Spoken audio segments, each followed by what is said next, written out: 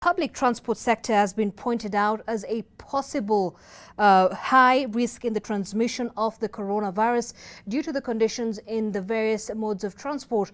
While most Matatu operators have implemented social distancing and hygiene guidelines, some have yet to allowing passengers to board without necessary checks and measures.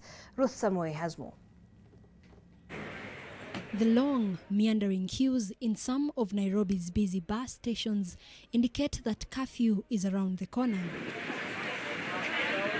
Many desperately jostle for space in Matatus to catch a ride home in time to avoid the wrath of the law.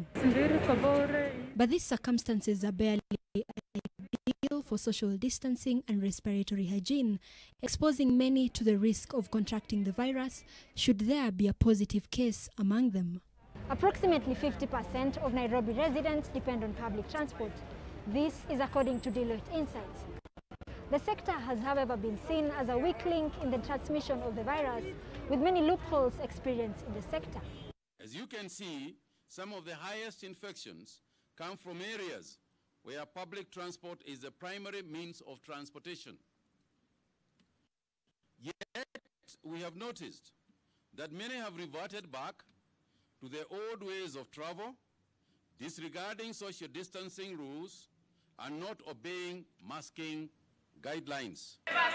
Matatu operators are, however, absolving themselves from the blame. Mutai Kagwe akisema drivers and conductors wanaeneza COVID-19 kwa njia kubwa, lakini tunazingatia maagizo ya ministry na serikali. In fact, abiria hakuna mtu nakubali aingie kwa gari bila kuosha mikono na sabuni. That's mandatory. But a spot check across some of the bus stations paint a different picture. Here, we find passengers walking into the Matatus without provision of sanitizers or temperature checks. In the streets, some walk and mingle, either without their masks or, for some, masks worn inappropriately. Corona iko na corona haichagui. Lazima tusaidiane sisi zote kuweza kuzuia. Kwa sasa maana hakuna dawa, ni kuzuia. Si kuponya, lakini ni kuzuia. Kinga ya shinda tiba. The government has imposed a reduced capacity guideline for Matatu operators, a move aimed at reducing the risk of transmission as a result of crowding. Ruth Samoei, NTV.